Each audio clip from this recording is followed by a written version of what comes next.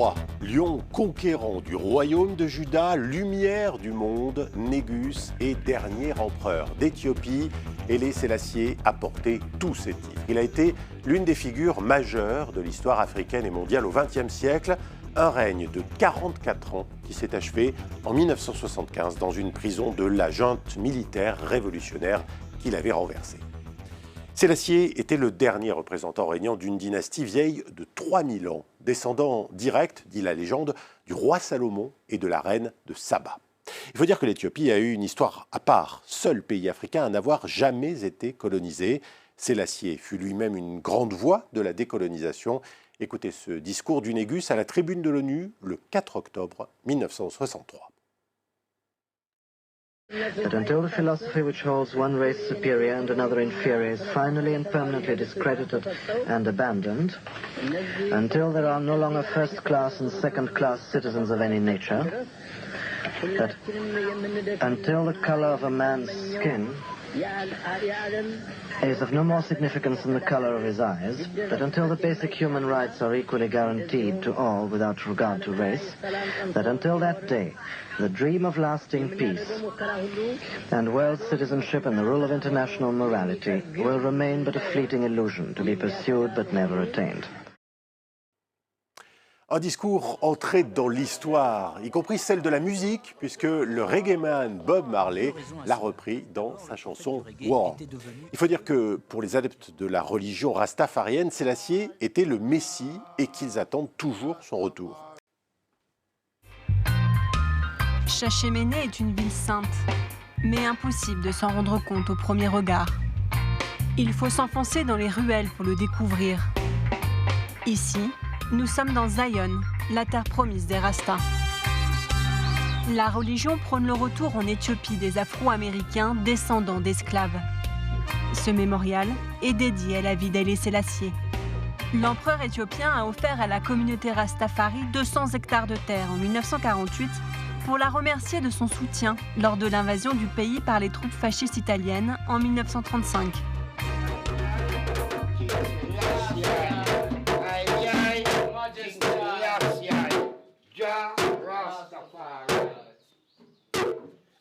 Le dernier Négus d'Éthiopie est partout. La religion Rastafari, créée au début des années 30 après son couronnement, a été baptisée ainsi d'après son vrai nom, Tafari Mekonnen. His uncle Milik gave the name Ras as a prince. Ras means prince. So Ras and Tafari combined together become Rastafari. L'empereur est considéré ici comme le Messie. This was found in Yemen. What? Almost thousands and thousands of years ago. Yeah? Reincarnated. Same picture. Christ in his kingly character.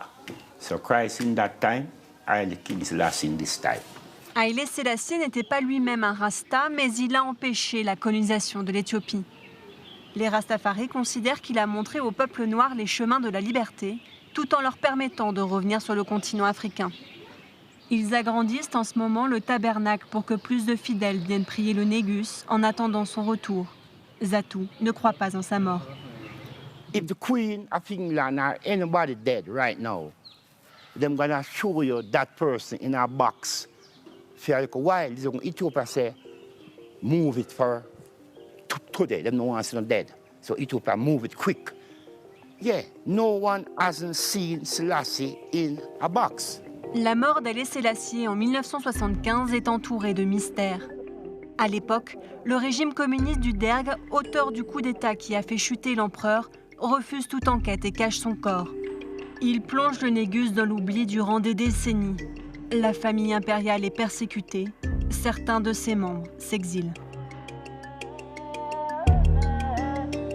Aujourd'hui, les descendants de l'empereur n'ont plus besoin de vivre cachés. Ils sont venus de toute la planète pour assister à l'inhumation de l'un des leurs. Le prince David Mekonnen, petit-fils d'Haïlé Sélassié mort en 1989, dont la dépouille reposait jusqu'à présent en Suisse. Till his last days, he fought for the release of his family that were imprisoned in Ethiopia. And he fought for peace and security to be restored in Ethiopia after the revolution ensued. So today, it brings back many difficult, sad emotions, grief and mourning. But that's all right. It also feels good because today is the day we finally brought my dad back home. Haïlé Sélassié a lui-même ordonné la construction de cette cathédrale. Sur cette fresque, le Négus appelle la Société des Nations à stopper l'invasion italienne. Le bâtiment entier est dédié à l'histoire de la famille impériale.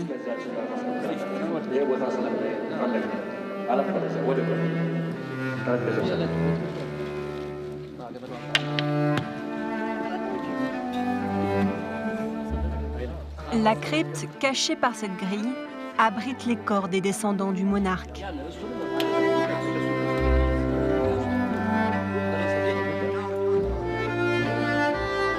Ici, Haïlé Sélassié, son premier fils mort aux États-Unis en 1997. Là, Mekonnen Haïlé Sélassié, son deuxième fils.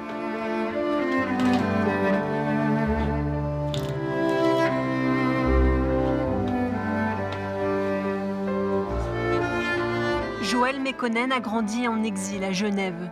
Il vit aujourd'hui aux États-Unis et milite pour que l'histoire impériale de l'Éthiopie ne soit plus taboue. Je pense que maintenant, les gens l'ont senti qu'il faut une réconciliation. Dans les années récentes, on a vu une ressurgence en fait, de l'empereur, de sa mémoire. Même le Premier ministre Abiy a fait des discours où il a parlé à propos de l'empereur. Il a ouvert le palais de Ménélik pour que la société éthiopienne puisse reconnecter avec cet héritage. Depuis la chute du Négus, Addis Abeba a bien changé. Presque 900 000 habitants à l'époque, plus de 3 millions aujourd'hui. Mais l'héritage d'Haïlé Sélassié est de plus en plus visible. Cette vidéo diffusée place Meskel, au centre de la capitale, invite à se plonger dans le passé du pays. L'ancien palais d'Haïlé Sélassié abrite aujourd'hui l'université. L'empereur en a fait don en 1963. Le docteur Ahmed a dirigé les lieux durant 10 ans. Pour lui, le palais doit entretenir le souvenir du Négus, comme ici, dans la salle Mekonnen. John Kerry était ici, le chef d'État turc, le chef d'État d'Afrique du Sud. Tout le monde, le dirigeant mondial, quand il arrive, on les accueille ici. Mais pourquoi on l'a fait? C'est la mémoire de l'époque impériale. Donc quand on monte vers la résidence impériale de l'époque, voilà la chambre de l'empereur. Regardez, on a bien regardé cet héritage important. Le docteur Ahmed est extrêmement fier. Il n'a pas été évident de conserver cette pièce en l'état. La dictature du Derg a essayé de tout faire disparaître. Il y en a des bizarres qui arrivent. C'est quoi votre rassemblée impériale qui est vraiment inutile aujourd'hui? Mais non, pour l'historien, rien inutile. Pour les chercheurs, rien inutile.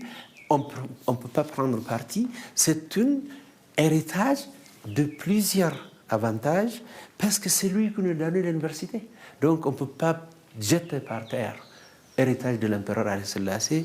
Ce dont il faut le plus se souvenir, selon le professeur, c'est sa contribution au panafricanisme. C'est un père de l'Afrique qui dirige un pays jamais colonisé. Les relations internationales et les relations africaines sous la direction de l'empereur, c'était vraiment remarquable. C'est grâce à Haïlé Sélassié que le siège de l'Union africaine se trouve aujourd'hui dans la capitale éthiopienne. En 1963, il offre un terrain et des locaux pour accueillir l'Organisation de l'Unité africaine. Depuis, les chefs d'État du continent s'y réunissent chaque année.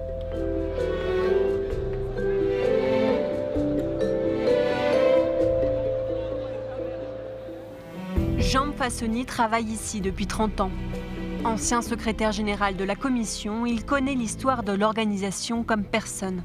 Ici, c'est la grande salle de réunion des organes.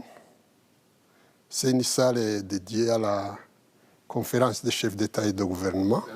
L'objectif de l'Organisation de l'Unité africaine était d'encourager à la décolonisation, de donner son indépendance à la totalité du continent.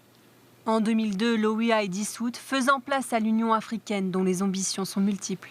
C'est selon sa vision de faire de l'Afrique une Afrique intégrée, une Afrique unie, une Afrique prospère, pacifique, qui est dirigée par ses propres citoyens et qui a une voix forte. Discuter et s'entraider entre pays africains, c'était le credo d'Haïlé Sélassié. En février 2019, l'organisation a voulu le remettre au premier plan en inaugurant cette statue face à l'entrée principale. À l'intérieur du bâtiment, une galerie de photos rend hommage aux pères fondateurs et aux héros de l'Afrique. Patrice Lumumba, comme vous le savez, il est de la République démocratique du Congo. Il a été assassiné, mais c'est lui qui a conduit à l'indépendance. Le président Nelson Mandela, auquel la salle est dédiée. Le président Léopold Sédar Senghor du Sénégal. Parmi tous les portraits, celui d'Haïlé Sélassié revêt pour lui une importance capitale. En 1963, sa médiation a permis la signature de la charte de l'OUA, malgré les antagonismes entre deux groupes aux idéologies différentes.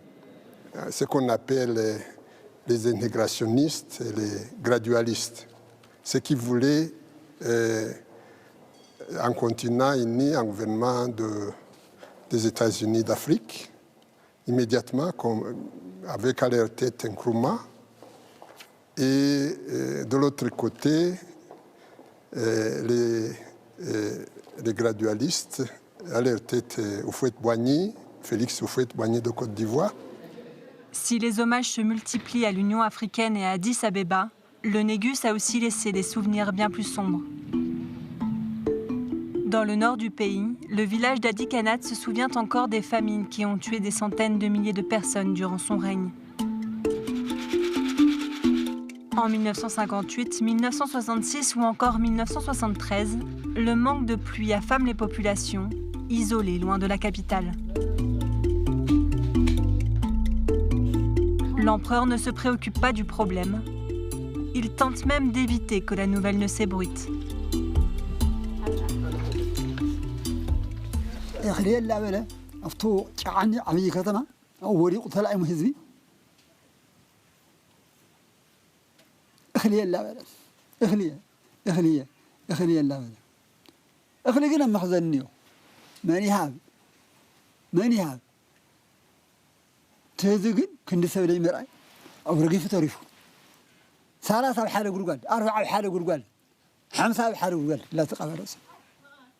Dès les années 30, de multiples rébellions éclatent chez les habitants du Tigré et du Wolo qui ne supportent pas d'être délaissés par le pouvoir central. En représailles, Haïlé Sélassié les marginalise et les laisse mourir de faim. La famine de trop survient en 1973. Les étudiants manifestent dans la capitale et les militaires en profitent pour organiser un coup d'État en avril 1974. Un demi-siècle plus tard, la situation a bien changé. Les champs d'Embaye sont luxuriants.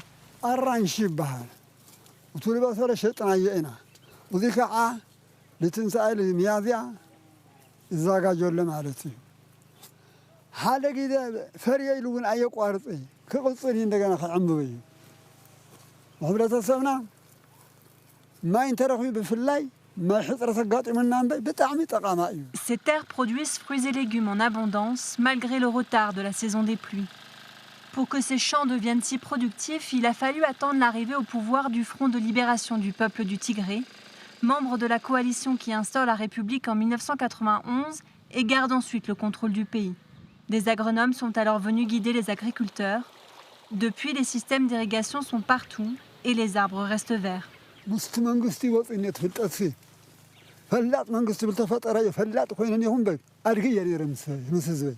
Aujourd'hui, la population s'inquiète des changements politiques.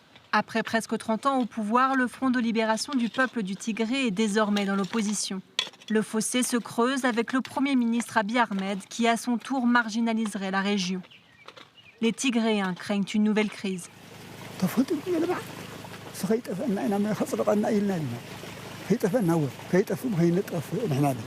Comme lui, les habitants de la région s'inquiètent tous de la sécheresse qui sévit en ce moment. Et la situation politique ne fait qu'aggraver ce sentiment. Mbaye est le prêtre du village. En concertation avec d'autres chefs du Front de libération, il organise une réunion dans cette école. L'un des responsables ouvre le débat. እዚ መጀመርያ ርእስ ኢና ክንርኢ ካልአይትዮ ተፈጥረካ እንደገና ዘሎ ተፈጥረልና ከመይልና ንከናኸነሱ ሕልፍለ ዝነበረ ተፈጥሮ እውን Pour certains, on s'approche déjà de la situation de 1973.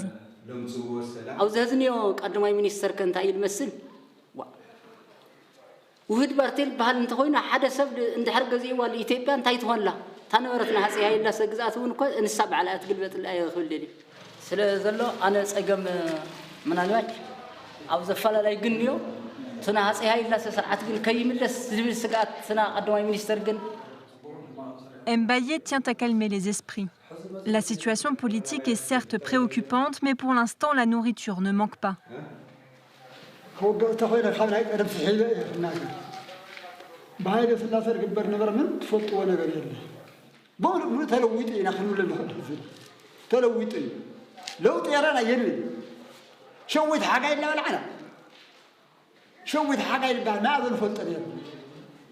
Malgré son inquiétude, le vieil homme refuse pour l'instant d'établir un parallèle entre les deux dirigeants. Mais le spectre du Négus plane toujours sur l'Éthiopie et inquiète fortement les habitants du nord du pays. Entre ses admirateurs et ceux qui craignent le retour d'un régime autocratique, l'héritage d'Haïlé Sélassié continue à diviser.